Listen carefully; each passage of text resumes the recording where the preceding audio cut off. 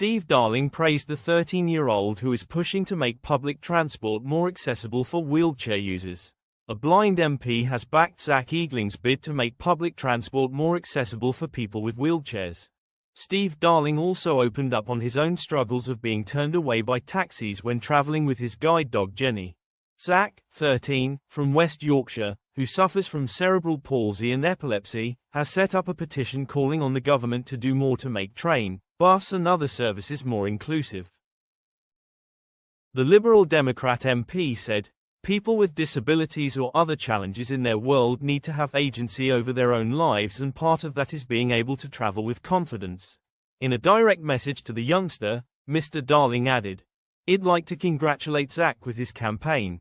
This is what life is all about for many of us, is actually trying to leave it a better place for other people." Power to his elbow for championing this area, because it is going to lead to much greater inclusion for people across the UK. Mr. Darling, who represents Torbay, revealed he was rejected by 3 taxis in a row with his guide dog at the Lib Dem conference in Brighton last September.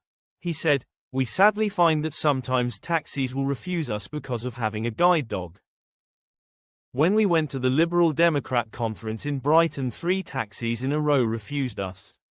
So there are different challenges around discrimination around transport."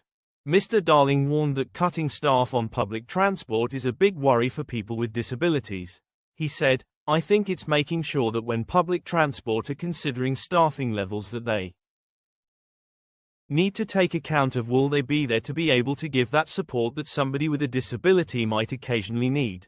I think making sure that it is part of the DNA of public transport providers, but also making sure that they are aware of hidden disabilities.